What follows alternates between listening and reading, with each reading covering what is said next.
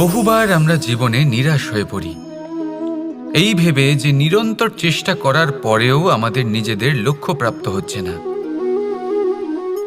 আমরা বুঝতেই পারি না এটা কি হচ্ছে। অনেকবার এরকম মনে হয় যে সেই লক্ষ্য যা আমরা চাইছি, সেই স্বপ্ন যা আমরা দেখেছি, যার জন্য আমরা নিরন্তর চেষ্টা করেছি, আমরা হয়তো তার যোগ্যই নই। ওই লক্ষ্যই আমাদের জন্য সঠিক নয়। আমাদের মনোবল ভেঙে যায়। আর তা হলো অত্যন্ত কঠিন এক পরিস্থিতি। কিন্তু সেই সময়ে কি করা যেতে পারে? আপনাকে একটা উদাহরণ দিয়ে বোঝাই। কখনো কোনো বৃক্ষকে দেখেছেন? সেও অনেক কঠিন পরিস্থিতির সম্মুখীন হয়, যেমন পাতা ঝরার সময়। এই সময় এলেও বৃক্ষ হার মানে না। এইভাবে আপনিও জীবনে নিরন্তর চেষ্টা করতে থাকুন।